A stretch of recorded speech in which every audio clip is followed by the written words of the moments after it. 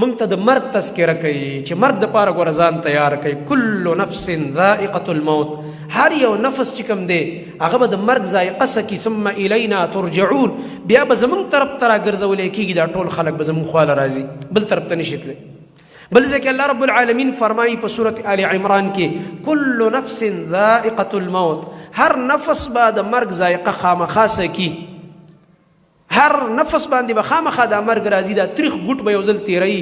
مرګ ډېر تریخ شی دی، ډېر سخت څیز دی. بعضې صحابو نه نقل دی او د بعضې سلفو نه نقل دی چې د زنکدن په وخت کې ته تپوس شوی دی چې ستا څه کیفیت دی، څه تکلیف دی درته. دا زنکدن دومره سخت شی دی زما محترم ورونو، که انسان باندې چېرته دانه په دې بدن راوخیږي که نه، یا اپریشن وشي یا کوم ځای مات شي هډوکې وغیره، نو څومره چغې وایي، چغې وایي، دا درد برداشت کولی نه شي. خو دا مرګ دونه خطرناک شی دی چې چغې هم نه شي وهلی. ساده نه روانه ده، هلته د دې ژبې نه هم روح روان دی، ځکه دا ژبه چغې نه شي وهلی. دومره زور ورکوي چې ژبه فریاد نه شي کولی، په ده دونه سخته روانه. د ده د یو ویښته د لاندې روح روزي لګی دی د ده نه، دا ترې راښکلی کېږي. دومره تکلیفي په ده باندې، دا مرګ دومره سخت شی دی زما محترم ورونو. نو بعضو صحابو نه دا تپوس شوی او د بعضې سلفو نه چې په تا څنګه تکلیف دی، څه کیفیت محسوس کې. هغه ورته ویل که په ما باندې دې وخت کې چا د 300 تورو ګزار په یو ځل وکړو، 300 تورې په ما په یو ځل څوک راخلاصي کړي چې دا د انسان نه قیمه جوړوي، وایي هغې به دومره تکلیف نه وي لکه دا اوس چې زه په کوم تکلیف کې یم. الله اکبر. دا د نیکانو خلکو حال دی. په نیکانو خلکو دومره د زنکدن سخته راځي. زمونږ مور د مؤمنانو مور ام المؤمنین سیده عائشه صدیقه رضی الله تعالی عنها فرمایي، وی زما مخکې یو بل خیالو، زما فکر او خیال داو چې دا د زنکدن سخته به صرف په ګناهګارو خلکو، چا چې ګناهونه کړي، چا چې جرمونه کړي، چا الله رب العالمین خفه کړی، ناراضه کړی، دغه حکمونه مات کړي، صرف په ده به د زنکدن سختی. خو چې کله ما د خپل محبوب محمد مصطفی صلی الله علیه وسلم سخته ولیدله د زنکدن، وایي زما هغه سوچ ختم شمال چې دا خو په هر چا راځي کنه، دا خو نبی علیه السلام د ګناهونو نه پاک انسان دی او د ټولو انبیا کرامو سردار دی او دومره تکلیف سره مخامخ دی چې خوږ نبی صلی الله علیه وسلم د زنکدن او د مرګ په وخت کې به دا فرمایل لا اله الا الله ان للموت سکرات. لا اله الا الله ویل اخره کې د توحید کلمه، او بیا فرمایل یقینا د مرګ دپاره ډېرې سختۍ دي، مرګ ډېر سخت شی دی. دا زما او ستا نبي وایي مرګ ډېر سخت شی دی. دې حالاتو سره زما محترم ورونو موږ ټول مخامخ کېدونکي. قل إن الموت الذي تفرون منه فإنه ملاقيكم وقال الله عز وجل اعلموا أنما الحياة الدنيا لعب ولهو وزينة وتفاخر بينكم وتكاثر في الأموال والأولاد كمثل غيث أعجب الكفار نباته ثم يهيج فتراه مصفرا ثم يكون حطاما وفي الآخرة عذاب شديد ومغفرة من الله ورضوان وما الحياة الدنيا إلا متاع الغرور. مرگ یو اٹل حقیقت دے. قرآن کریم کې الله رب العالمین اکثر د دې ژوند او د مرګ یو ځای تذکره فرمایلی ده. سورة ملک کې الله رب العالمین فرمایي خلق الموت والحیاة لیبلوکم ایکم احسن عملا. الله رب العالمین مرګ پیدا کړی او ژوند پیدا کړی دی. دلته مفسرین وایي د دې ژوند نه د دې مرګ تذکره مخکې وکړله. دا ولې دا د دې دپاره چې د انسان ذهن کې دا خبره کینی چې ژوند درته میلاو شو مرګ در سره وتړلی شو. دا ژوند دې دپاره دی چې دا به یو ورځې ختمیږي او په دې به یو ورځې زوال راځي او د دې انتها او خاتمه شته دی او دې سره مرګ تړلی شوی دی چې انسان دا مرګ هیر نه کړي. الله فرمایي الله مرګ پیدا کړی دی او ژوند دې پیدا کړی دی. د دې پیدایش او د دې مرګ په مابین کې دا لږه زندګي الله ته موږ له سله راکړې ده. ولې دې پیدا کړو؟ د دې ورپسې وجه الله رستو ذکر کوي علت لیبلوکم ایکم احسن عملا. دې دپاره چې الله په تاسو امتحان او ازمایش کوي ای مؤمنانو ای انسانانو چې کوم یو په تاسو کې ښایسته عمل والا دی. د الله رب العالمین سره چې د چا ملاقات په ښایسته عمل وشو، عقیده د توحید ده او د توحید د عقیدې په بنیاد نیک نیک اعمال کړي دي، د سنت مطابق د نبی کریم صلی الله علیه وسلم په تابعدارۍ کې اعمال کړي دي، دا انسانان د الله په نسبت باندې کامیاب دي. زما محترم ورونو، موږ ټول په دې ازمایش کې پراته یو. لیبلوکم کې موږ تاسو ټول داخلي، ابتلا ده، امتحان ده، ازمایش ده. پرچی په کلاس په حال کې شروعي، نو که چا سوالونه صحیح حل کړه، زړی مطمئنی چې زه ان شاء الله زه به پاس شمه، یو امید یې لګېدلی. او که چا د سر اړو تیاری نه کړی او پرچیم ګډې وډ جوابونه هم ګډ وډ ولیکي، نو هغه ته ښه پته وي چې یاره زه خو کار ټول خراب دی او ریزلټ خو هم د هغې مطابق راځي څنګه چې د پرچې ورکړي دي او څنګه د سوالونو جوابونه کړي دي. نن موږ ته چې کوم سوالات متوجه دي د الله رب العالمین د طرف نه، آیا موږ د هغې جواب د اوس نه تیار کړی دی او که نه؟ الله رب العالمین فرمایي چې انسان او جنات هم الله یادوي چې ما تاسو څه دپاره پیدا کړي، د خپل عبادت دپاره. وما خلقت الجن والانس الا ليعبدون. سورة ذاریات 55 آیت کې الله فرمایي چې ما انسانان او جنات د بل مقصد دپاره نه دي پیدا کړي مګر دې دپاره چې دوی زما عبادت او بندګي وکړي. دا خوراک سکاک زموږ مقصد نه دی، دا زموږ ضرورت دی. دا تجارت او کاروبار مقصد نه دی، دا زموږ ضرورت دی.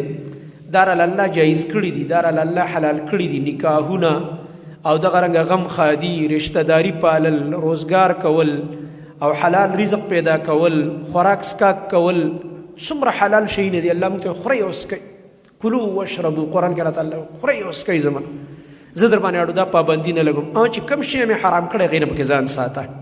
نبی علیه السلام موږ ته بیان کړی چې دا شی حرام دی، بس هغې نه پکې ځان ساته. هغه لږ دي او حلال سم ډېر دي. ټوله دنیا الحمدلله د حلالو نه ډکه ده. نو الله رب العالمین فرمایي زما خوراکونه خوره او ما چې کوم د سکلو سیزونه پیدا کړي سکه مزې ته اخلی انسانه. خو ګره دا یاد ساته چې آخري ستا راتلل زما خواته دي.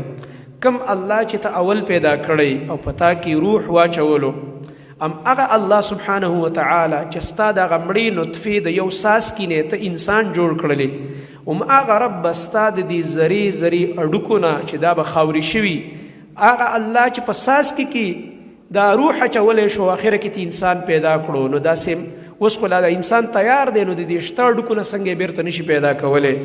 بیرته به د الله فرمایي زه د دې مړو اډوکو نه ستا ډانچه جوړوم او بیرته به د خپلې مخې ته ودروم. د دې مثالونه الله قرآن کې ځای په ځای به ذکر کوي.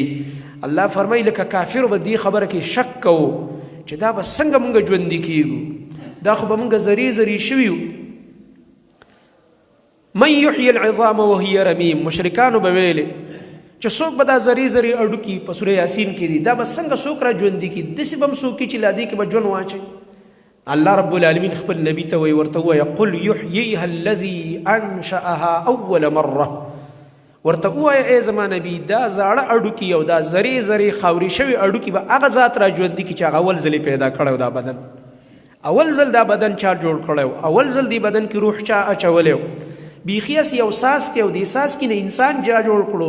د ساس کې خو نه سر ښکارېده، نه پکې سترګې وي، نه پکې غوږونه، نه پکې پوزه، نه پکې ژبه، نه پکې دا سیده ډانچه، نه پکې خپې، نه پکې لاسونه، او نه پکې معده، او نه پکې زړه، او نه پکې چې کوم دی د پلو او د رګونو دا نظام او سیسټم. هغه لوی الله چې دغه یو ساس کې نه دومره غټ انسان جوړ کړلو چې هغه بیا په دنیا کې کم کم کارونه کوي، کم کم سوچونه کوي. هغه دغه لوی الله به د دا زری زری اډوکي دا خاورې خاورې بدن بیرته به الله رب العالمین را یوځای کړي او خپلې مخې ته به یې ودروي. الله رب العالمین د دې مثال ذکر کوي، وایي زه به دا مړه اډوکي داسې را ژوندي کړم لکه په تاسو کې چې یو کس زمیندار مړه دانه د تخم په طور په ځمکه کې ور واچوي. دا دانه چې په دې لفافه کې پرته یو په بوجۍ کې دا زمیندار یې راواخلي، دا مړی که ژوندی، دا مړی او هغه مړې دانې زمیندار داسې وشیندي په دې پټي کې او پټی واړی. الله رب العالمین فرمایي ته وګوره که نه انسانه یو څو ورځې بعد دغه مړې دانې نه دا شنه شنه تیغونه څوک راوباسي؟ د دې نه بیا دا غټې غټې ونې او باغونه څوک جوړوي؟ او دا لوی لوی فصلونه د غنمو او د جوارو او د بل او د بل سیز دا څوک تیاروي؟ هغه الله چې د دغه مړې دانې نه دا ټوله دنیا شنه کړله، سی باغونه ولګول او څه پټي آباد شو او د انسانانو د رزق ذریعه وګرځېدله، هغه الله چې د مړې دانې د تخم نه بوټي راوباسي، هغه الله سبحانه وتعالی به د انسان دا مړ او زری وجود بیرته را ژوندی کوي. زما محترم ورونو، د الله سبحانه وتعالی مخې ته ودرېدل دا یقیني دي زموږ ستاسو، که څوک یې مني او که نه یې مني. که دې ومنله خپله ګټه دي، د لږ تیاری به وکړي، سوچ او فکر کې به شي، خپله ګټه به وکړي، لږه تقوا به در کې راشي، لږه توبې به وباسې، نیکۍ ته به متوجه شي، د ګناه نه به دې کرکه پیدا شي، د خپل ژوند په قیمت او په حقیقت به پوه شي. او که انسان دا نه مني نعوذ بالله چې نشته دی دوباره ژوند، نو څه وکړه؟ ځان له دوکه ورکړه، ځان له تاوان ورکړه، ځان چې کوم دی هلاک کړلو. د دې مثال علماوی قرآن کې الله دا خبرې بار بار ذکر کړي. الله فرمایي وهدیناه النجدین، ما د انسان ته دواړه لارې ښودلې دي چې دا لاره که په دې لاړې انسانه کامیابېږي، اخیره کې کامیابي د جنت دی، دا بله لاره ګوره که په دې لاړې او دا د جنت لاره دې خطا کړه، ګوره بیا تباهي ده او هلاکت دی او اور دی او عذابونه دي. د دې مثال زموږ په دې انسانانو کې داسې دی لکه یو سړی دی او هغه په یو لاره روان دی، یو لارې دوه شوې او دې کې یا د تپوس وکړو یا د تپوس نه غیر ورته چا ویلې چې هلکه چېرته ځي؟ وایي فلاني ځای ته. دا لارې ګوره دوه دي، د هوښیار سړی ورته وایي ګوره په دې لاره لاړ شه، دا صحیح لاره ده، آبادیان هم دي، خوف هم نشته، خطر هم نشته، غلم نشته، سهولتونه هم شته، هوټل هم دي، که وږی شي که تږی شي، که ګاډي کې پټرول ختم شي پټرول پمپ هم شته. په دې لاره لاړ شه، ګوره دا روغه لاره ده او سهولت والا لاره ده. او ګوره که په دې بله لاره لاړې، دا ګوره ډېره خطرناکه لاره ده، شړې دي، دشتې دي، که لوږه تنده راغه هوټلې موټلې پکې نشته دی او غله پکې دي او ډاکوان پکې دي. او ګوره خیال کوه چې څوک په دې لاره تللی دي، نو ګوره د هغې ګاډی هم لوټ شوی دی او هغه انسانان هم ختم شوي دي، بیا یې پته هم نه ده لګېدلې. اوس د هوښیار سړي ده ته دا ښه چې د دې دواړو لارو نه خبر دی او دی ښه خبر کړلو او ده باندې دا خپله غاړه خلاصه کړه او د همدردۍ یو مشورې دله ورکړه او دی راولګېږي که هوښیار خو دې سمه لاره باندې به ځي، خو که دی د ځان نه په زوره قمقل جوړ کړي او چې زمړه دا به خپل کار کوي، په دې لاره ځم، دې کې لږې ونې هم دي، باغونه هم دي، لږ سیل پکې کوم، صرف دا یو څو باغونه ونو ته یې وکتل، یو څو میوې ورته ښکاره شوې چې مړه دا لاره مزیداره ده. وروستو چې کوم هلاکت را روان دی، کوم غله را روان دي، کوم ډاکوان را روان دي، کوم مصیبت دله را روان دی مخې ته، هغه ته بس د ذهن نه ووتلو.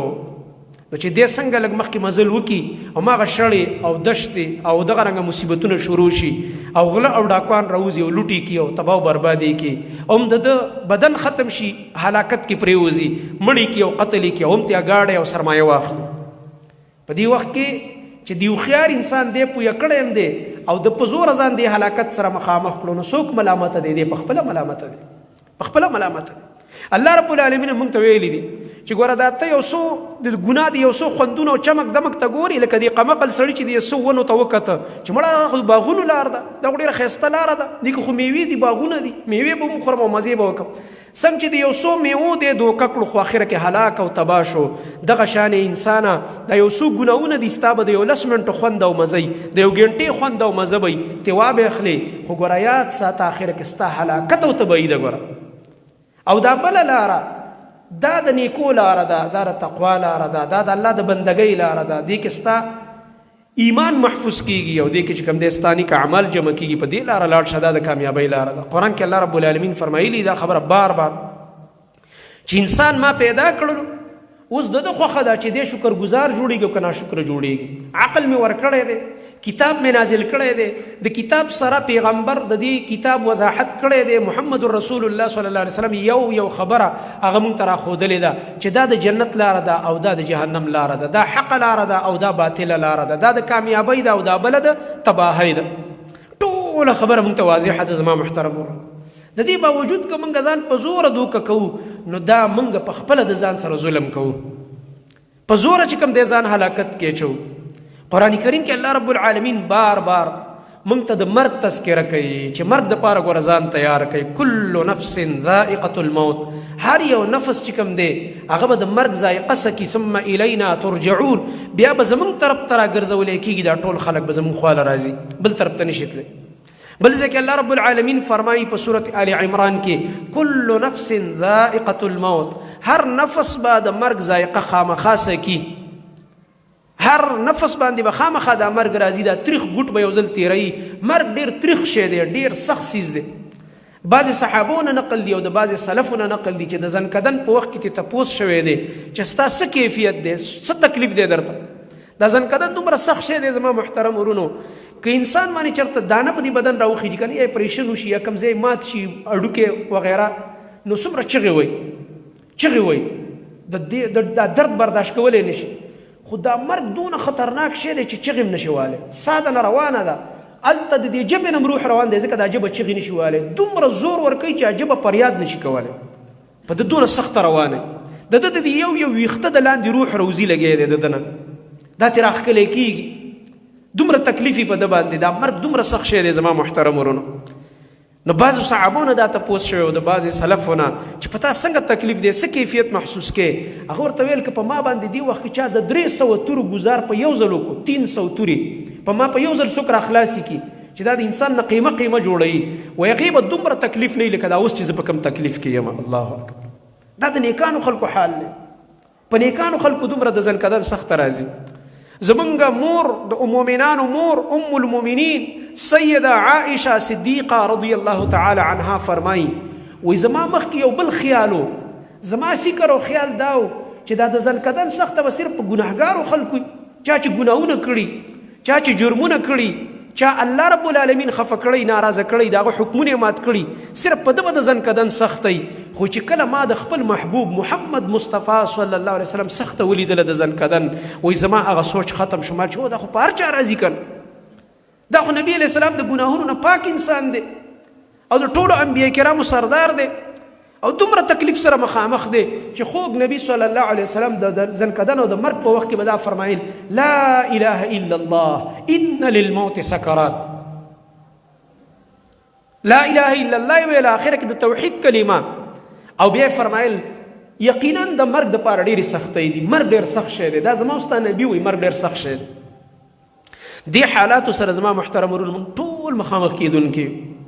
د دنیا کې همیشه پاتې کېدل دا څه کمال نه دی. که دنیا کې پاتې کېدل کمال وی، دا به الله پیغمبرانو له ورکړی وی، نه به مړه کېدلی، دنیا نه به نه تللی. دا کمال نه دی. کمال دا دی چې ژوند دې هر څومره او که لږ دی او که ډېر دی، خو چې د الله خواته ورشي او الله د نه رضایي او کوم مقصد دپاره ما او تا پیدا یو، هغه مقصد کې کامیاب شو، خپل الله وپېژنو، د هغه توحید وپېژنو، د هغه عبادت او بندګي وکړو، د هغه اوامر پوره کړو، د هغه د نواهیو نه ځان وساتو، د هر قسم شرک نه ځان وساتو، د بدعاتو نه ځان وساتو. زما محترم ورونو، نو بیا به موږ کامیاب یو. زما محترم ځکه قرآن کې د آیت کې الله فرمایي کل نفس ذائقة الموت وانما توفون اجورکم یوم القیامه، او یقینا تاسو ته به ګوره ستاسو د اعمالو بدلی میلاویږي د قیامت په ورځ. څنګه چې د عمل دی دقه شانته ګوره بدله ده. دا نه چې زمیندار کرلی یو شی دی او په تمه باندې د بل فصل دی، خلک ورته تقمقلی تخم دی د یو شي اچولی دی او په تمه د بل فصل نه، چې څنګه زما او ستا عمل دی ګوره دقه شانته بدله ده. دا نه چې ګناهونه او نافرمانۍ نه او په هره ګناه نیغ ورځه او سرکشۍ نه کوه او په ګیره لاس راکاږه چې مړه بس الله غفور رحیم دی او الله مې د بر ناقه معاف کړي. نه زما محترم ورونو، د بخښنې اسباب قرآن و حدیث کې ذکر دي چې الله فرمایي په دې سبب باندې زه بخښنه کوم.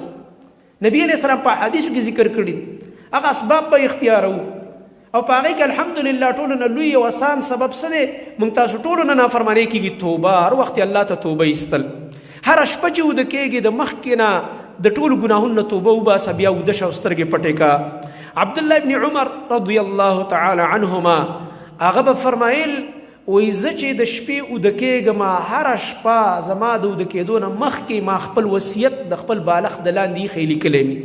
الله د صحابه کرامو دومره انتهایی د مرګ ته بر وخت تیارو چې زه به که سهار له مړ یم نو کوم وصیت به و هغه به یې لیکلی و، یاره په ما د چا څونه حقونه دي او په ما د چا زما په چا باندې څومره حقونه دي، دا خبرې او د نیکۍ وصیتونه به یې لیکلي ځان سره به هغه لیکل به یې ځان سره کېښوده. وایي دا د بالښت د لاندې زږدم که سبا مانه ساه وخیږي او زما بچي ما څنګه د بالښت نه اوچتی نو زما وصیت به راوچت کړي چې دا څه یې لیکلي دي. الله زما محترم ورونو، داسې دا مرګ خپل مخې ته دغه کړه. صحابه کرام رضی الله عنهم په هر موقع کې هغوی به د مرګ دپاره ځان تیار ساتلو، تیار. او دا هغه څیز دی، دا د مرګ استحضار، مرګ دپاره هر وخت ځان تیار ساتل، دا د کامیابۍ لاره ده او دا انسان د ګناه نه راګرځوي او دا انسان په نیکو باندې چې دی آماده کوي. او دا الله نبي موږ ته دا فارموله راښودلې ده، اکثروا ذکر هاذم اللذات یعنی الموت. ډیر ډیر یادوي هغه څیز چې ستاسو د دنیا خوندونه ماتوي، ستاسو د دنیا خوندونه هغه دله کټ کوي. هغه څه شی دی؟ هغه مرګ دی. څه معنا؟ یعنې که ته د دنیا په دې خوند کې ورننوځې، په حرام او په ګناه کې ننوځې او څنګه در باندې غفلت راځي، مرګ رایاد که یو دم، نو هغه خوند به دې مات شي چې لکه دا څه کوم ده، دا خو ګناه کار دی، دا خو حرام کار دی، دې لږ خوند باندې زه څه کوم، لږ ساعت بعد زما مرګ دی، هېڅ پته نه لګي مرګ کله راځي. نو د دې د وجې نه به ته د دنیا د دې حرامو خوندونو نه بچ کېږي. یاد ساتئ زما محترم ورونو، د دنیا ډېر لږ ژوند دی. د دې د لږو خوندونو دپاره د 100 منټو د 100 ګنټو د خوند دپاره موږ له نه ده په کار چې موږ خپل ټول عمر او خپل عاقبت هغه تباه و برباد کړو.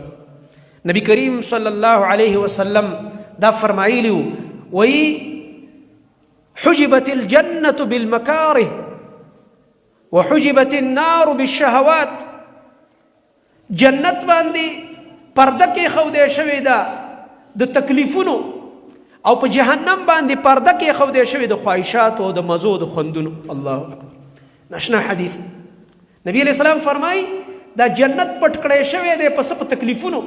که ته وایې چې زه جنت ته ځم، دا پرده لرې شي او ورننوځمه، دا رکاوټ لرې شي او لاړ شمه جنت ته، نو د الله نبي فرمایي په ځان به تکلیف تیری، مشقت به تیری، دا روجه ده، لوږ او تنده به پکې تیره کې، دا مونځ دی په یخو اوبو به اودس کې ورا روان به. الحمدلله الله دې موږ نه قبول کړي. دا وختي جمعې مانځله راغلی او دا چې کوم دی هلکه جمعې مونځ کومه او په یخنۍ کې را روانې لګیای، دا د سهار مونځ له پاسېږي، دا د شپې تهجدو ته پاسېږي، هلکه دا زکات ورکومه، دا صدقه ورکومه، دا خپل خوږ مال د جیب نه راخلي او په خلکو یې لګې په مستحقینو باندې. او دغه رنګه دا د مسلمان جنازې لزمه، او دا د بیمار پرسی کومه، او دا د خلکو سره یو تعاون او یو ښېګړه او بله کومه، او دا حج دی او دا روجه ده او دغه رنګه دا عمره ده او دا ذکر دی او دا تلاوت دی. دا ټوله ستړی غواړي که نه غواړي؟ دې ته ستړی او تکلیفونه وایي. دا جنت په دې تکلیفونو پټ شوی. دنیا کې به دا خپل خواهشات کنټرول کړي، په عباداتو کې به ځان ګیر کړي، په دا نفس غواړي. اوس زموږ ستاسو ټولو زړه غواړي چې یاره ښایسته نور دی بهر او د ژمي موسم دی چې بار چکر یې ووهو، نور ته لاړ شو چېرته به یو ځای کې کینو. خو نه، هغه مونږ پرېږدو، هلکه د جمعې مونځ له ځو خطبه ورو، نور پرېږده. هغه خواهشات مونږ د الله لپاره قربان کړو. دا لږه لږه قرباني، دا لږه لږه قرباني چې مونږ ورکوو، دا د خواهش خلاف کار دی. په دې جنت میلاویږي. الله دې موږ تاسو ته راکړي. حجبت الجنة بالمکاره. دا مجاهدین د الله لاره کې جهادونه کوي، دا سر یې په تلي کې ایښی دی. ولې؟ څه چل شوی دی؟ الله سره سودا کړې دی جنت. ان الله اشترى من المؤمنین انفسهم واموالهم بان لهم الجنه. الله فرمایي ما د دې مؤمنانو نه د دوی نفسونه او د دوی مالونه د جنت په بدل کې اخیستي. خپل نفس قرباني د دین لپاره، خپل مال قرباني، ولې سبا جنت غواړي. یقاتلون فی سبیل الله فیقتلون ویقتلون. د الله لاره کې قتال او جهاد کوي. کافرم قتلوي. د الله لپاره څه د ځمکې جنګ نه دی، د مفاداتو جنګ نه دی، د دنیا غرضونه نه دي، د الله د دین دشمن دی او د الله د دین په لاره کې رکاوټ دی، دی ورسره اړم دی. او په خپل کفر باندې غیرت کوي، دی په خپل ایمان غیرت کوي، دی په خپل دین غیرت کوي. دا ولې؟ دا د الله سره سودا کوي. صحابه کرام رضی الله عنهم د جهاد په میدان کې لګیږي، په نیزه باندې دشمن اولی، نیزه ته پورې را پورې وځي او په دقه وخت کې आवाज کوي فزت ورب الكعبه، زه کامیاب شوم، د کعبې په رب مې د قسمې ما وګټله. الله، دا الفاظ ولې د خولې نه راوځي؟ موږ خو که معمولي غوندې غنم په خپه کې لاړه، شیشم په خپه کې ماته شوه، وی مورې هی لاړمه غرق شوم، هی داسې شومه.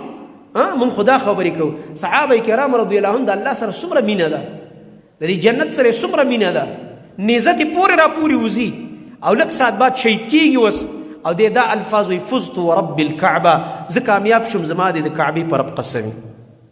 زما محترم ورونو، د الله سبحانه وتعالی جنت هغه د نعمتونو ځای، د مزو ځای، هغه په تکلیفونو باندې پټ شوی دی. په دنیا کې به خپل خواهشات قربانې، تکالیف به تیرې، مشکلات به برداشت کې. د الله لپاره ته به په دین کلکې، کله به درته رشته داران کنځلې او خبرې او ردې بدې به درته وایي، کله به در سره غم خادي پرېږدي، ته به په دین ولاړې. د دې ستا به یو ګناه بس، ته به د الله ګناهګار نه یې، ته به د انسانانو ګناهګار یې. ته به د الله مجرم نه یې خو د انسانانو مجرم به شي. د الله دپاره به دا جرم برداشت کوي چې که تاسو ورته جرم وایو بس صحیح ده مجرم یم، خدا زما د الله حکم دی، دا مې د نبي علیه السلام طریقه ده. دا تکلیفونه به برداشت کوي، دا سپورې ستغې. زما او ستا خوږ نبي صلی الله علیه وسلم ته خپلې سکه چاچي ابو لهب یې سکه ترو او د هغه ښځه ام جمیل دا یې سکه چاچي وه، او زما او ستا خوږ نبي ته غلط نوم اخلي، د محمد په ځای ورته مذمم وایي. الله اکبر، نعوذ بالله من ذلك. محمد معنا څه ده؟ صلی الله علیه وسلم هغه انسان چې د صفتونو والا انسان دی، خوږ انسان دی. محمد چې صفتونه یې کېږي د کمالاتو او د صفتونو نه ډک انسان، د دې دا معنا ده. خو دې به ورته څه نوم ویلو؟ دې ظالمې مذمم، منه هغه انسان چې د ټولو غلطونو ډک دی، نعوذ بالله. هغه انسان چې د بدی ویل پکار دی، نعوذ بالله. په ده کې یو ښه صفت شته دی نه، نعوذ بالله. دومره ضد به ورسره کوو. نبي علیه السلام دا د چا دپاره برداشت کړو؟ د خپلې سکه چاچي کنځلې، د خپل سکه تره کنځلې او د کاڼو ګزارونه او ردې بدې، دا یې څه دپاره برداشت کړه؟ د الله دپاره، د الله دپاره. نبي علیه السلام به فرمایل وایي دا زما نوم نه دی مذمم، دا بل چاته لګیا د غریبه ځان یې ستړی کړو. دومره پکې اوچت اخلاقو نبي علیه السلام، بیرته هغې ته غلط نوم هم نه ویلو. دومره خوش صبر و زما استاد نبي، هغې به ورته غلط نوم ویلو، دی ویل نه زما دغه نوم نه دی، زما نوم خو محمد دی صلی الله علیه وسلم. دا څوک بل څوک یادوي، داسې په ښایسته حکمت به د هغې جواب کوو. بیرته به د هغې دغه جهالت سره هم ځان نه سمو نبي علیه السلام، چې ګینې د ښځې د جهالت سره ځان سم کړي د چاچي سره او بس کنځلې شروع کړي او ردې بدې او غلط الفاظ. نه، دومره زموږ په نبي کې حوصله وه، ځکه هغې ته پته وه چې دا تکلیف چې زه نن برداشت کوم، دا کنځلې او دا ردې بدې برداشت کوم، د دې نتیجه شته دی چې هغه جنت دی. حجبت الجنة بالمکاره، جنت په تکلیفونو پټ شوی. د الله لپاره به تکلیفونه برداشت کړي. خلک به در پسې سپورې ستغې وایي، ردې بدې به وایي، کنځلې به کوي، مختلف نمونه به در باندې ږدي، صرف دې وجې نه چې ته په قرآن او حدیث روانې، بس دا ستا جرم دی. زما محترم ورونو، نبي صلی الله علیه وسلم فرمایي وحجبت النار بالمکاره او بالشهوات، وحجبت النار بالشهوات. جهنم په خواهشاتو پټ کړی شوی. جهنم باندې د خواهشاتو پرده پرته، که خواهشاتو پسې روان وي او لګی چې زړه کې دې څه راځي بس دا به پوره کوم او دا ارمان پوره کوم او دا نو ټول ارمانونه خو دنیا کې نه پوره کېږي، خو دومره نافرمانۍ به درنه وشي د دې خواهشاتو د پوره کېدو د لاسه چې آخري دروازه به جهنمي، نعوذ بالله من ذلک. ځکه وحجبت النار بالشهوات، خواهشاتو پسې او شهواتو پسې او حرامو څیزونو پسې سړی منډې وایي، نو دا د اور پرده ده چې اوچتوي او ځان په جهنم باندې ورداخلوي، والعیاذ بالله. دی وجه نه زما محترم ورونو، لږ انسان ځان کنټرول کړي، لږ پریزونه وکړي، لږ معمولی احتیاط وکړي او په احتیاط دا ژوند تیر کړي، وروسته نتیجه ډېره مزیدار وي، وروسته د دې عاقبت ډېر مزیدار دی. زما محترم ورونو، ښکلی عاقبت یې دی. د دنیا لپاره خلک تکلیفونه تیروي، دا بار ملکونو ته ځي مزدوري کوي، تکلیفونه او دا د دوبۍ او د قطر او د سعودي دا ګرمي برداشت کوي. ولې؟ دته پته ده چې زه یو څو کاله محنت وکړم، وروسته دلته څه نتیجه ماته په دنیا کې میلاویږي، یو څو کاله بعد ځمکه به والم، کور بچو باندې به تعلیم وکړم، د ودونو پروګرام ترتیب به جوړ شي. ګوره د یو څو خبرو دپاره، د دې معمولي ریزلټ دپاره د خپله ځواني خاورې کړي، خپل وجود خاورې کړي، خپل خواهشات هغه خاورې کې، غم خادي، ښځه، بچي، کور، کلی، ولس، هر څه پرېږدي، سفر یې وکړي او تکلیفونه برداشت کړي د دنیا کې د لږې نتیجې دپاره. نو که موږ د الله دپاره تکلیفونه برداشت کړه، ستاسو څه خیال دی الله به موږ له آخرت کې د دې بدله نه راکوي؟ خامخا به یې راکوي. زموږ رب ډېر غیرتي دی، زموږ رب ډېر امانتدار دی، زموږ رب د ذرې ذرې نیکي د چا نه ضایع کوي، خو ګوره د ذرې ذرې ګناه لیکي ملایکې مقرر کړي دي، کرامن کاتبین یعلمون ما تفعلون. الله فرمایي هغه ملائک چې ډېر لیکونکي ملائک دي، عزتمن ملائک دي، او هغه هغه کار باندې پوهېږي چې ته کوې، او هغه لګې د رجسټر ته خېږي. حساب دا به الله رب العالمین کوي، او دا د هغه عدل دی او انصاف دی د الله رب العالمین چې هغه دا حساب کوي د بندګانو سره. او د ذرې ذرې په مقدار یو عمل دا نه ضایع کېږي، بلکې دا په کاته کې لیکلی شوی دی. فمن یعمل مثقال ذرة خیرا یره ومن یعمل مثقال ذرة شرا یره. الله رب العالمین فرمایي چا چې د ذرې په مقدار د خیر عمل وکړو، د نیکۍ عمل یې وکړو، د ذرې په مقدار یوه نیکي ده، دا انسان به وویني، د هغې بدله به وویني د قیامت په ورځ باندې الله به ورته وروخي. او چا چې د ذرې په مقدار د شر د ګناه او د الله د نافرمانۍ عمل وکړو دا به هم د انسان وویني او د هغې نتیجه او ریزلټ به وویني. زما محترم ورونو دا هر سیز دا مخې لاره روان دی. قرآن کې الله رب العالمین فرمایي ما دا آیت لسته چې تاسو ته به د قیامت په ورځ باندې بدلې ملاویږي وانما توفون اجورکم یوم القیامه. تاسو ته به ستاسو د اعمالو بدلې د قیامت په ورځ ملاویږي. په دې مرګ باندې قصه نه ختمېږي چې بس خبره ختمه شوه، نه، بله ورځ به د ریزلټ د په هغه ورځ به بیا پیش کېږي انسانان د الله رب العالمین مخې ته بیا پیش کېږي، بیا د ریزلټ ورځ ده. چاته به عملنامه په ښي لاس ملاویږي او چاته په ګس لاس. الله دې مونږ ته په ښي لاس باندې راکړي. الله دې مونږ په هغه خلکو کې حساب کړي چې هغوی ته عملنامې په ښي لاس ملاویږي. زما محترم ورونو دغه کسان به خوشحاله شي، چغې به کړي هاؤم اقرؤوا کتابیه انی ظننت انی ملاق حسابیه. راشي کنه خلکو وګورئ، کنه زما کتاب لږ وګورئ، دا دغه عملنامه ده، ریکارډ بک، زما کتاب پړاو کوي د خوشحالۍ نه چغې وایي. وګورئ دې کې دا زما نیکۍ زما نیک اعمال الله رب العالمین په څومره ښایسته نمبرې راکړي. دا مونځ مې په سنت طریقه کوو، په قلار قلاره مې کوو، خشوع پکې وګوره څومره اوچتې نمبرې دي پکې.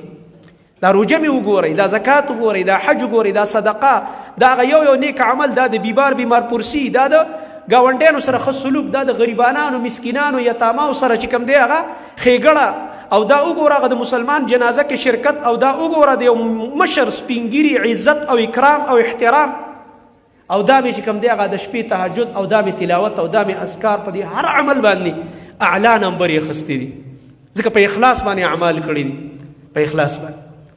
ولې مې دا کارونه کول؟ ځکه چې ما ته یقین و چې زه به د خپل حساب سره مخامخ کېږم. انی ظننت انی ملاق حسابیه. ما ته دا یقین و چې زه به د خپل حساب سره خامخا ملاقات کوم او زه به د خپل حساب سره مخامخ کېږم. دی وجنه پرونم په زموږ دلته هفتوار د زنانو بیاني مدرسه کې پرونم دی موضوع باندې ما خبره وکړه چې د آخرت دپاره تیارې او د ځان سره نن په دنیا کې حساب. عمر رضی الله عنه به فرمایل حاسبو قبل ان تحاسبو. ځان سره نن حساب وکئ په دنیا کې، مخکې د دې نه چې تاسو سره حساب وکړی شي په قیامت کې. که نن هم د ځان سره حساب وکړلو په دنیا کې، سبا به بیا کامیاب یئ، سبا به حساب اسانی. نن کدی د ځان سره لږ شان سوچ وکړلو نو لږ به احتیاط به وکړي، ګناه به پرېږدي، نیکۍ ته به متوجه شي. او که نن غافله شي زمړه ګورو به ورسره شیطان دوکه کړلې دي ته اغترار بالله وایي، په الله دوکه کېدل. مخکې ورځ کې یو ملګري دا سوال رالیږلی او سعودي کې یو ملګری دی زمونږ، وایي یاره دا کوم انسان چې ګناهونه کوي او نافرمانۍ نه کوي او د سر یې دې طرف ته سوچ نه دي چې توبه وباسم او نیک اعمال وکړم، او وایي دا وایي چې بس الله غفور رحیم دی. مال دا هغه دوکه ده چې قرآن کې الله وایي په ما باندې ګوره دوکه نه شي انسان. یا ایها الانسان ما غرک بربک الکریم. دې ته وایي اغترار بالله، په لوی الله دوکه کېدل او سترګې در باندې پټېدل. ای انسانه ته څه څیز د خپل عزتمند رب په باره کې په دوکه کې اچولی. دا هغه د شیطان خطرناک ګزار دی. امام ابن قیم رحمت الله علیه د دې تفصیل کړی په الجواب الکافي کې په د ابتدایي بحثونو کې چې دا هغه خطرناک ګزار او هتیار دی د شیطان چې تا باندې ګناه کوي او زړه ورکوي دی او درته وایي چې مړه الله غفور رحیم دی، کوه ګناهونه کوه، نافرمانۍ نه کوه او الله رب العالمین به دې وبخي. همداسې وایي نه، دا ډېره خطرناکه خبره ده. الله سبحانه وتعالی چې مغفرت ذکر کوي هغې سره اسباب ذکر کړي، په دې دې بخم، په دې عمل، په دې عمل، په دې عمل، هغې سره خپل اسباب دي. دا نه چې په هره ګناه نیغ ورځه او بس الله رب العالمین به دې بخي. زما محترم ورونو دې وجې نه موږ تاسو له پکار ده چې د دنیا د خواهشات چې کوم حلال او جایز دي الله موږ ته اجازت راکړی چې استعمالي کړو، خو دې کې دومره ننوتل، دې کې دومره ډوبېدل چې د الله عبادت او بندگی هغه شاته وغورځې د ګاک دپاره، د 2 روپو ګټلو دپاره چې یاره د ګاک باندې سودا خرڅه کم، دروغ وې، خیانت کې، دوکه کې، 2 نمبر سیز د 1 نمبر په نوم خرڅې. دا خو ته د مجرم شو، قیامت کې د الله هم د ده مخې ته ودرئ. نن چې کوم ګاک ستا مخې ته ولاړ دی سبا به هم د دې مخې ته تا الله ودرئ چې تا سره دا دوکه کړې وه، تا ته دې ځای کې دا دروغ ویلي، په دې سودا کې دا خیانت کړی، دا خبره حقیقت دی پټه کړې وه او تا ته د هغې برعکس بله خبره وکړه. الله اکبر. زما محترم ورونو لږ ژوند دی، معمولی زندگی ده، نو په دې بنا باندې په دې د دنیا د 2 ورځې ژوند او په دې 2 ورځو خواهشاتو باندې ځان په دوکه کې چول نه دي پکار. قرآن کریم کې کوم آیت چې ما ولوستو الله رب العالمین په هغې کې هم دا فرمایلی دي اعلموا ای خلکو په دې باندې پوه شئ، په دې خبره پوه شئ انما الحیات الدنیا لعب ولهو، چې یقینا د دنیا دا زندگی دا دنیوي ژوند دا یو لوبې دي او لږه مشغله ده. لکه ماشومان لوبې کوي که نه لږ ساعت کورکي مورکي جوړ کړي او داسې بس معمولي لږ ساعت بعد کورکي مران چې هر څه ختم شي لوبه ختمه شي. دغه شان موږ دا څه چې کوو دا لږې لوبې دي بس د دې سیزونو نه موږ روان یو. نن زه په دې منبر ولاړ یم، سبا به زه نه یم په دې ځای به بل کس ولاړ یا به دا خطبه کوي، زه به په خاورو کې پروت یم. نن به زه دلته درس کوم، سبا به دلته بل کس ناست یا به درس کوي، زه به په خاورو کې پروت یم. نن تاسو ما ته خطبې ته ناست یئ، په تاسو کې داسې ډېر ملګري دي چې ما ته خطبې ته بار بار کېناسته، نن هغه نشته په خاورو کې پراته دي. سبا به تاسو هم په نمبر خاورو لځئ، نور کسان به راځي په دې صفونو کې به کښېني. دا ځایونه دا زما ځای به هم بل څوک نیسي او دا ستاسو دا یو ځای چې پرې ناست دا به هم بل څوک نیسي. دا تاسو چې کوم دکانونو کې یئ، کومو دفترو کې یئ، په کومو کورونو کې یئ، په کومو کمرو کې یئ، په کوم بیډ باندې ته خوب کې، په دې باندې به نور خلک سملي، په دې کې به نور خلک ناستي، دلته به نور خلک راځي، ما ته دې نه روان یو. دا حقیقت وپېژنه، دا د زړه د پاسه ولیکه. دا دنیا دارالارتحال دی، دا د پرېښودو ځای دی، د دې نه سفر دی، د دې نه تلل دي. زما محترم ورونو دا به مونږ ډېر زر پرېږدو. ډېر خلک لاړه د دنیا نه، ما درته ویل پیغمبران لاړه، انبیاو نه اوچت خلک شته. که دلته پاتې کېدل کمال وی، دا کمال به الله انبیاو له ورکړی، ټول عمر به پراته وی پکې. نه دا کمال نه دی. کمال دا دی چې د الله خواته ورځو، په داسې حال کې ورشو چې الله رب العالمین زموږ د کامیابۍ فیصله وکړي.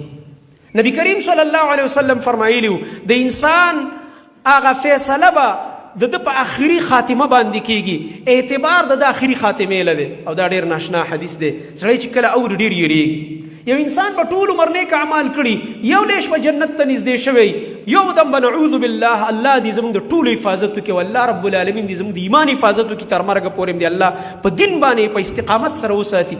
یو دم به د دین نه نعوذ بالله واوړي او جهنم فیصله وکړي وشي، جهنم به پې واجب شي. په خپلو نیکو به غرور نه کوو، دې ته اشاره ده. یو انسان په ټول عمر ګناهونه، نافرمانیانې، ظلمونه، شرکونه کړي، یو لیش به جهنم ته دی پاتې، مړ کېدل او جهنم ته غورځېدل، یو دم د پې الله رحم وکړي، زر به توبه وباسي، سترګې به وغړېږي، عقل به کولاو شي، د خپل ژوند په حقیقت به پوه شي، الله خواته چې ورځي د ایمان حال کې به ورشي او ټول ګناهونه به معاف شي.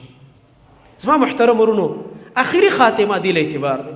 د خپلو دعاګانو کې دا دعا مونږ شامله کړو چې یا الله اللهم انی اسألک حسن الخاتمه، یا الله زه ستانه حسن خاتمه غواړم، ښایسته خاتمه درنه غواړم.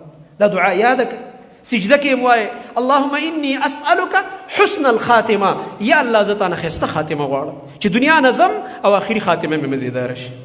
نبی کریم صلی الله علیه وسلم سره په حج سفر کې یو صحابي دی، ملګری دی، او هغه د خپل اوښ نه راپرېوتو، سټې مات شو، احرام یې اچولی دی، د حج په سفر کې د نبي علیه السلام ملګری دی، سټې مات شو، د هغې د لاسه هغه وفات شو. نبی کریم صلی الله علیه وسلم وفرمایل دا خپل احرام دا د کفن کوي، او قانون هم دا دی چې څوک د احرام حالت کې وفات شي دله به سر نه پټوي، لکه احرام والا خو سر نه پټوي که نه، دله به سر نه پټوي، او دا خپل احرام به کفني. که ستاسو خیلی د حرام دا بعضې ویډیوګانې وګورئ، دا جنازې چې د حرم ته راځي، کم کسان چې په احرام کې وفات شوي هغې له سرونه کلاو ساتلي، سر یې کلاوي. دا ویډیوګانې به یا تاسو کتلي یا نه، او یا که څوک تلي حرم کې هغه د جنازو خواته باب عبدالعزیز باندې چې کومې جنازې راځي، نو هلته که وګورئ باقي مړي ټول پټي سر نه خپو پورې، خو چې څوک په احرام کې وفات یې هغلی دا سر کلاو ساتلی. دا په دغه حدیث عمل کوي او خپل احرام کې تاو کړی. نبی کریم صلی الله علیه وسلم وفرمایل دا ملګری به د قیامت په ورځ باندې او په ده باندې به خوشبو هم نه پورې کوي، ځکه په احرام کې خوشبو پورې کول نشته. عام مړو باندې هم خوشبو پورې کوو، د هغه په بدن باندې جایز خوشبو ورکول پکار، خو دله به بیا خوشبو هم نه ورکوي، دله الله خپلې خوشبویانې ساتلي دي. الله ځکه په احرام حالت کې د الله میلمه دی. نبی علیه السلام فرمایي څوک چې حج لځي، څوک عمرې لځي او د الله دپاره خپلې د دنیا کپړې لرې کړي او دا ساده دا سپین کفن په شان لباس یې د ځان نه راتاو کړو، دا د احرام، دا د الله میلمه شو، دا د الله وفد دی. بچې د الله میلمه شوي بس الله به د خپل اعزاز کې خوشبویانې به درکوي.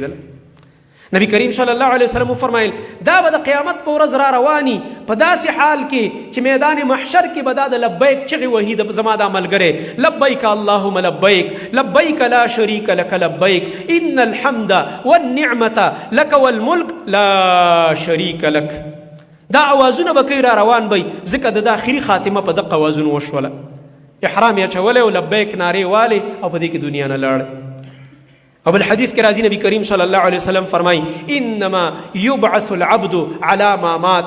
یقینا د بنده به د قیامت پر ورځ راپورته کېدل په هغه حال کې کېږي چې کوم حال کې دله مرګ راشي.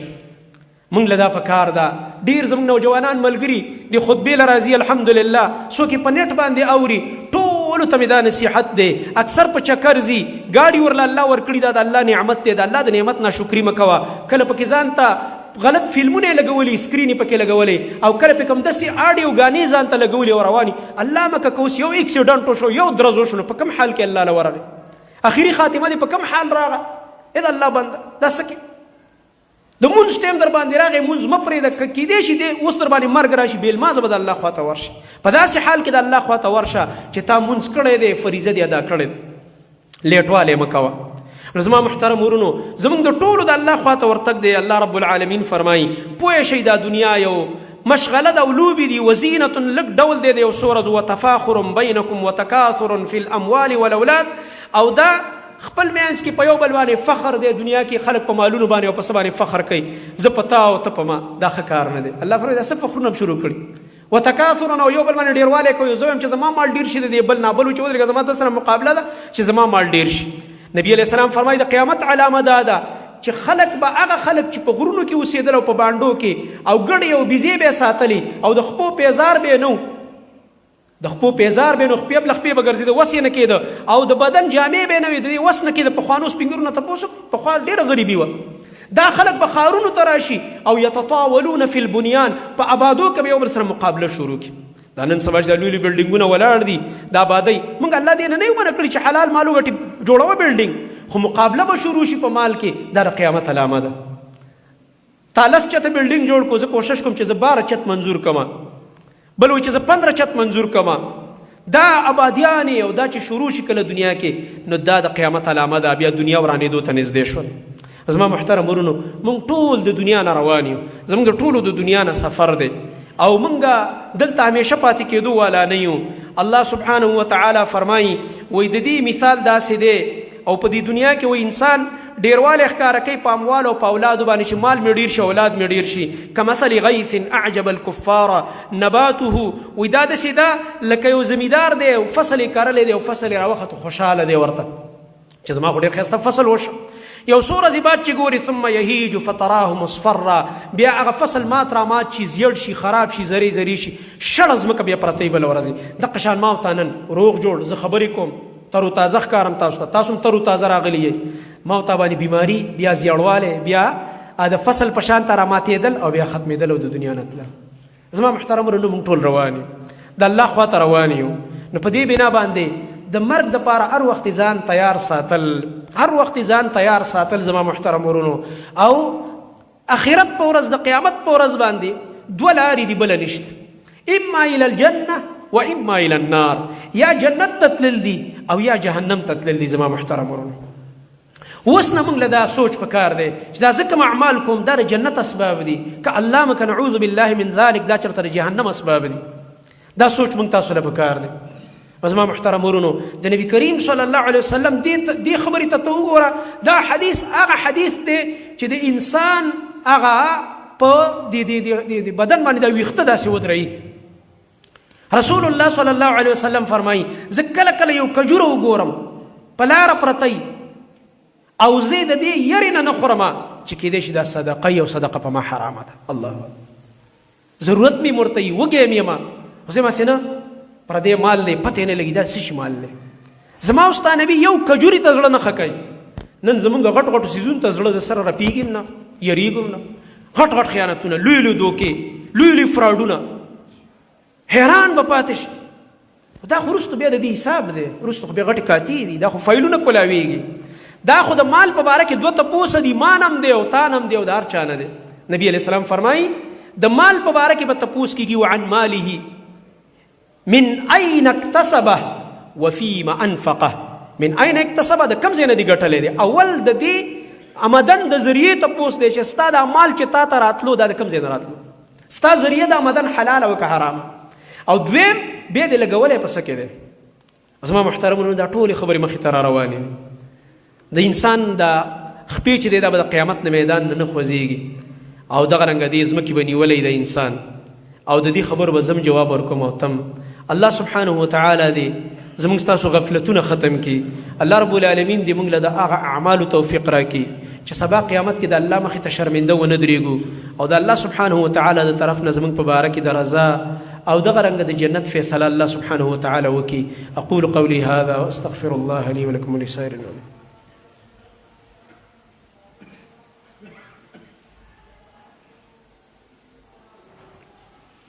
إن الحمد لله نحمده ونستعينه ونستغفره ونعوذ بالله من شرور أنفسنا ومن سيئات أعمالنا.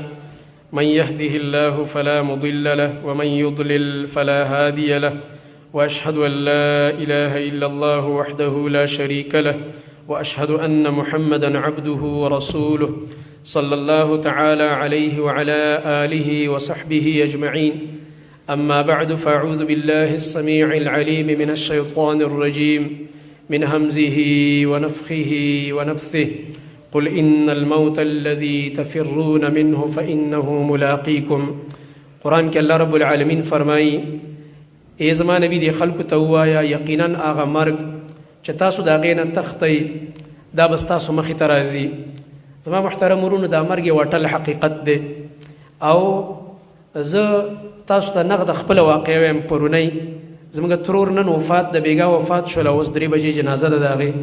یو ډېره نیکه ښځه وه الحمدلله، توحید والا وه او ځای په ځای په دې مختلفو علاقو کې د هغې هفتوار د قرآن درسونه و. الله دې دا ټول اعمال قبول کړي. خپل یو قرآن به ورسره و بیا غیږ کې ګرځوو او ځای په ځای به هغې درس کوو. پرون زموږ کور کې زما د 2 ماشومانو د قرآن ختم شوی و نو هغې مناسبت سره راغلی و او پرون ورسره ما ښه هغه ګپ شپ او ښه هغه خبرې اترې وکړلې او بیګا زموږ د کور نه لاړله ماښام مونځ یې کړی په کور کې او ماښام نه بعد په یخني راغه او چې هسپتال کې رسوله ساه یې ورکړله. زما محترم ورونو هغه زوی ما ته وایي زوی عالم دی الحمدلله، کشر زوی چې دی زما د ترور هغه عالم دی. نو هغه وایي روزانه به چې ورسره زه کېناستم ما ته ویل چې تا علم کړی ته ما ته یو څو خبرې وکړه. نو عجیبه خبره وه چې پرون یې ما ته ویل ما ته خبرې وکړه. وایي پرون ورته ما دا خبره به دا موضوع مې ورته بیانه کړه چې مورې د شرک یو دا قسم دی بلې دا قسم دی و د شرک اقسام مې ورته بیان کړه. الله شرک اقسام مې ورته بیانول چې دا د شرک قسم دی او دا شرک دی دا شرک دی. قرآن او حدیث کې دې نه منه راغلی. وایي د دې الفاظ دا و چې یا الله زما تا ته د شرک د هر قسم نه توبه ده چې د دې هر قسم شرک نه یا الله زه توبهګار یم. الله رب العالمین دې له دې نه زموږ حفاظت وکړي. دا اوس د الله خوا ته ور روانه وه او دې نه لږ ساعت بعد پې دغه کیفیت تاریش او په لاره باندې چې اسپتال ته تلله هغه ایتونه په ژبه باندې چې کوم ایتونه به دې ویل ایتونه په ژبه باندې جاري او د الله خوا ته ورغه. زما محترم ورونو مونږ ټول دغه شان دنیا نه روان یو، پته نه لګي زموږ خاتمه به څنګه وي، مونږ به په کوم حال کې د الله خوا ته ورځو. الله رب العالمین دې مونږ ته ښایسته خاتمه را نصیب کړي چې قرآن زموږ په ژبه یا چې کوم دی ذکر هم په ژبه وي. بعضې محدثینو به دا سوال کوو چونکې د هغوی ټول عمر احادیثو سره وایي الله دې موږ له په داسې وخت کې مرګ راولي چې موږ د نبي صلی الله علیه وسلم حدیث وایو او سند ووایو. ځکه هغه وخت کې به قانون دا او پابندي به وه چې چا به حدیث ویلو سند به اول ویلو او دې ځای ته راورسېږو چې قال رسول الله صلی الله علیه وسلم. وایي د نبي صلی الله علیه وسلم دا نوم مبارک واخلو او څنګه پې دا درود وایو زمانه ساه وخیږي. او داسې ګڼ واقعات شته د محدثینو چې په دغه وخت کې تې ساه ختلی ده. الله سبحانه وتعالی دې زموږ ستاسو د ټولو حسن خاتمه نصیب کړي. څومره مسلمانان چې وفات دي الله رب العالمین دې د هغه ټولو مغفرت نصیب کړي او الله رب العالمین دې زموږ د ترور سره د رحم معامله وکړي. الله رب العالمین دې ورله قبر د جنت باغچه وګرځوي. او دا ملګرو درخواست کړی دی څه بیماران دي زموږ جاوید رور دی د هغې چاچي بیماره ده او د کینسر بیماره ده. وایي دعا ورله وغواړئ الله رب العالمین دې ورله شفای کامله ورکړي. الله رب العالمین دې روغ صحت ورکړي. الله دې خپلې لاړې هغه دوی وګرځوي. دغه رنګه زموږ هغه امین مولوي صاحب د هغې هغه رور اکسیډنټ کړی دی په تکلیف کې پروت دی. الله سبحانه وتعالی دې هغه له هم شفای کامله ورکړي. نور څومره بیماران چې دي او څومره زموږ په دې گاوند کې بیماران دي ابراهیم مولوی صاحب د والده محترمه بیمار ده ډیر وخت الله رب العالمین دې دلم شفا ورکړي زموږ عبد الاکبر کاکا زموږ د مسجد مرګري دي ده او ډیر د سينور مرګري دي الله دې ټول له شفای کامل ورکړي الله دې روغ صحت ورکړي صفونه برابر کړي او جنازه کې کوم ملګری شرکت کوي نو 3 بجې وزیر باغ کې جنازه ده بیا جزاکم الله خیر